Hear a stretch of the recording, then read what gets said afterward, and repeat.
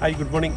നമ്മുടെ ചലഞ്ചിൻ്റെ ഭാഗമായിട്ട് ഇന്ന് നമ്മുടെ 2 സ്ട്രോങ് വുമൻസ് അവരുടെ ഫസ്റ്റ് എവർ ഇതൊന്ന് ആശ്രയിച്ച് ഇതിനു മുമ്പ് എനിക്ക് തന്നെ സെക്കൻഡ് വന്നല്ലേ സ്പൈസ് കോസ്റ്റ്. നമ്മുടെ എടുത്തു പറയേണ്ടത് സഫ്നയുടെ എഫർട്ടാണ്. ഫസ്റ്റ് 21 ചെയ്തിരിക്കുകയാണ്. ഞങ്ങളുടെ heartily congratulations to Safna all along with അവർ ആശിച്ചി.